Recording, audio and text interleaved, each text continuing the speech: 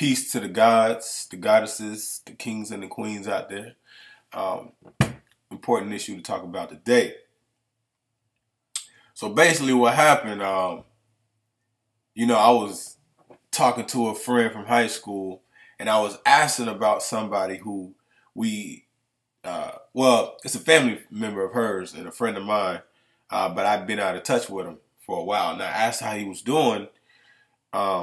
She said she didn't know, and then she said, well, pretty much all I know is he's still making babies.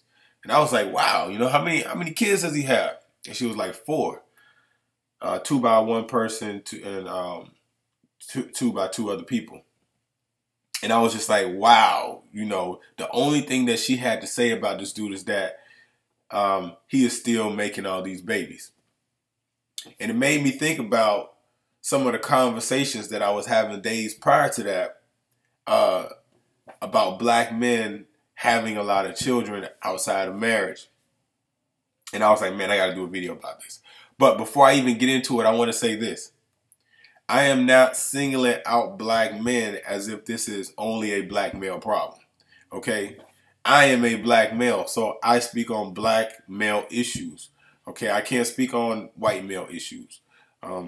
Because they could easily say, who are you to speak about our issues? So I can't speak about their issues. I'm not talking about the Hispanic male issues. I'm talking about the black male issues, the African American black male in the United States, and what has become a very large problem. Now, I do feel that, and I think that we can all agree that there is a population of black men who are having a lot of children, right? And it always kind of made me scratch my head because a lot of these men have these children, but are unable to take care of them, at least financially. Maybe they'll show up sometimes, but they're stretched so thin between so many baby mamas, so many kids, and what they're trying to do now, that they only have so much of themselves to give to these children, mentally, physically, financially, emotionally. They only have so little to give. Again, because they're spread so thin. So why is that? What causes this? Because you would think that if a person has a number of kids, that they will kind of wise up and learn a lesson to say, okay, let me step back and try something differently because this isn't working. So after communicating with a lot of men in this situation, and after counseling a lot of men in this situation, I've come to some conclusions. Now, first, we got to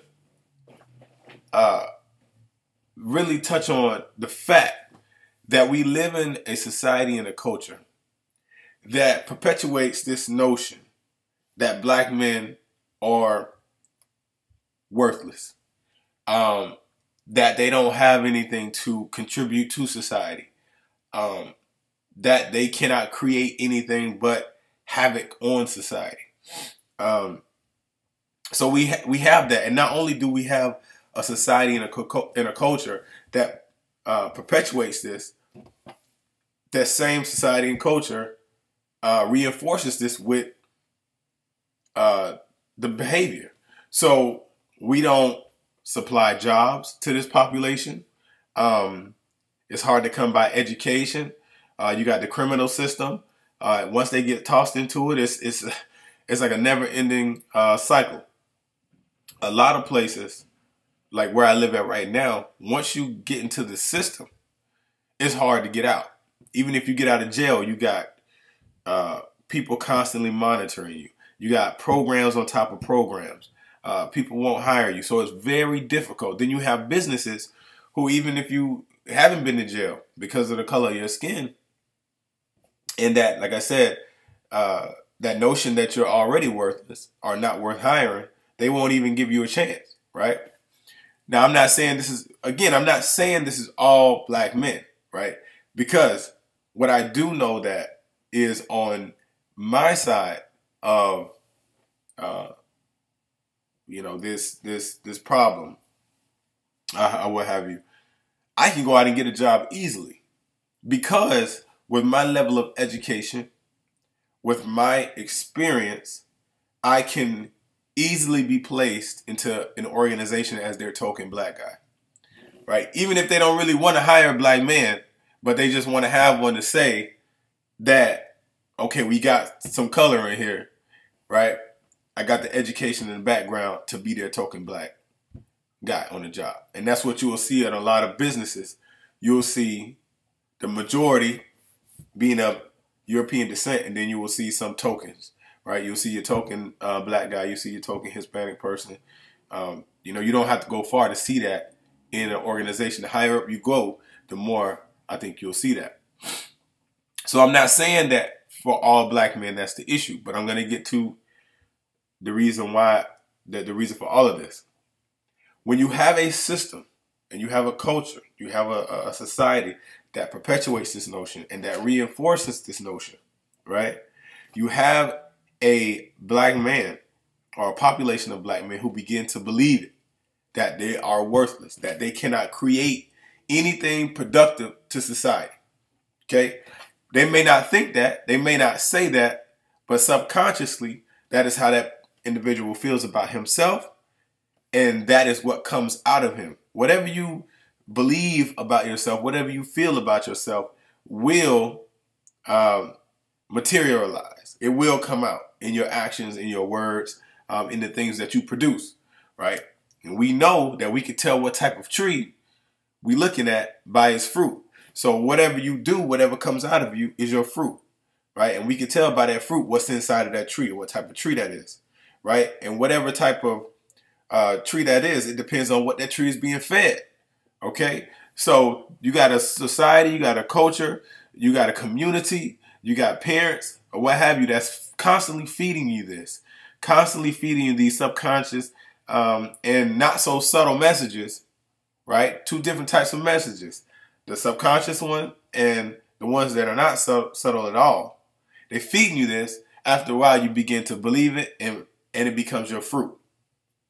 So now you have this black man who believes that he cannot contribute to society, that he cannot create anything purposeful to society, that he can't be a millionaire. You know, that's just not even in his cards. He can't, you know, who is he to ever go out and get a PhD? Right? So all these things are in his mind, but what can he produce? Naturally, what he can produce, what most of us can produce, is their child, right? So he knows that at the very least, he can do something with his phallus or his penis, right? He can go out there and create a child. And that's a great thing to create. And it's interesting because, you know, when we talk about HIV in the population and how it relates to this, there are a lot of men who their only value that they find in themselves is in their penis and what they can do with it. Who they can do with it, what they can do with it, and what they can produce with it. That's it. That's the extent of their value. That's why you have guys always bragging about, you know, what girl he smashed. I smashed this girl, I smashed that girl. Because, brother, that's all you worth. If all you talking about is the woman that you have had sex with, basically what you're telling me is that's all you worth. That's all that you can provide on this planet in your time here is what you can do with your penis, right? And so if your underlying belief is that I'm only worth what I can do with my penis, then that's all you're going to give to the world. That's all you're going to contribute to society. So you giving and giving and giving and giving, but all you're giving is more children. Okay? So what I think the difference is, and this is why a lot of my friends, the people who I roll with, myself, right, didn't have any kids until a later age. The difference is education. And I'm not just talking about education as far as school or sex education. I'm talking about education of self. See, what these brothers need and what young men need coming up, they need an education of self. They need to have self-worth instilled in them. If black men understood, right, what they create, what they can create, if black men understood what they could create with their minds, if black men understood what they could create with their souls, with their hearts, then they wouldn't rely so heavily on creating with their penis. You see what I'm saying? They wouldn't rely so heavily on that because they would be concentrating on what they could produce with their minds, right? If you believe that you can build a skyscraper, if you believe that you can go out there and make millions of dollars, if you believe that you can get this high education, that you can be a doctor, that is what you're going to put into whatever you feel you want to give to society, whatever you want to put out there to make a better life for yourself, for your family, for the people around you. That is what you're going to give. And so the focus has to be on what we can produce with our other bodies, right? With our emotional body, with our mental body, with our spiritual body. What can we produce with the other parts of ourselves? And I think that we have to, you know, even if you're not a parent, right? Whoever you are, even if you are a parent, we have to find somebody to mentor that person, right? That young man, so that he understands that he is worth more than what he could do with his penis. He got to understand what he could do with his mind, the things that he can create, right? Get him to know his divine self and that he is a co-creator with the source of creation itself. So your body is only here as a tool to co-create with the source.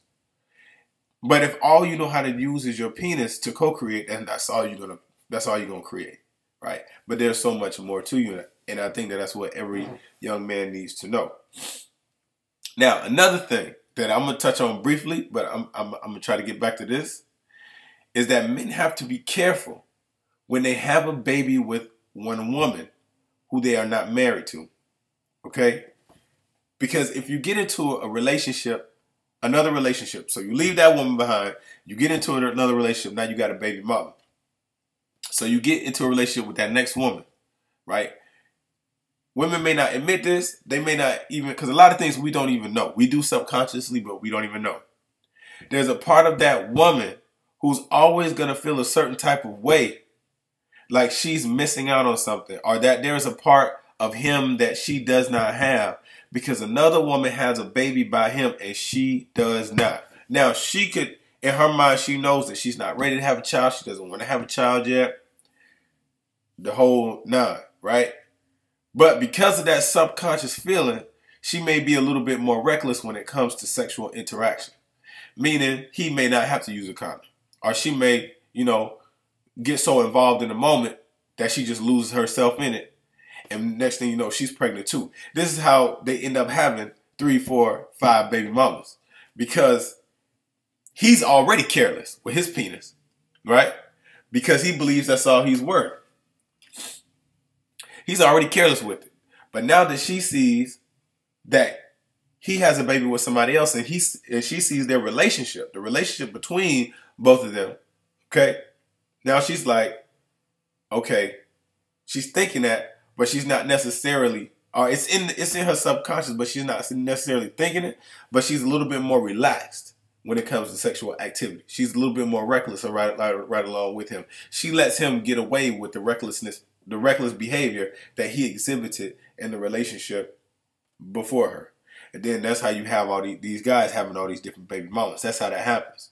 But it all goes back to the education. When a man understands what he really can deliver, what he really can create, what he really can bring out of himself, other than a child, then he will concentrate on those things. He will concentrate on educating himself in college. He will concentrate on bettering himself in the workforce. Okay? But that begins with us teaching them. That begins on us teaching them. Hold on, I got to get my computer right. Here we go. That begins with us instilling into the next generations and our own children self-worth and self-value. Okay? So, young men out there, I just want to let you know that you are worth more than what you can do and who you can do with your penis. And for the men out there already doing their thing and holding their own, I encourage you to continue to lift these young brothers up by teaching them that it's more to life than bragging about who you've been with, how many times and how hard you did it, and all these different things. Let's talk about education. Let's talk about what we can produce together. Let's talk about how we can build for the next generation. Let's talk about those things. And let's make that subject as exciting or more exciting than the ones that deal with sexuality. All right, everybody. I hope you have a good one. I hope this message does something for you, change some lives or something like that. Until next time, Hotep.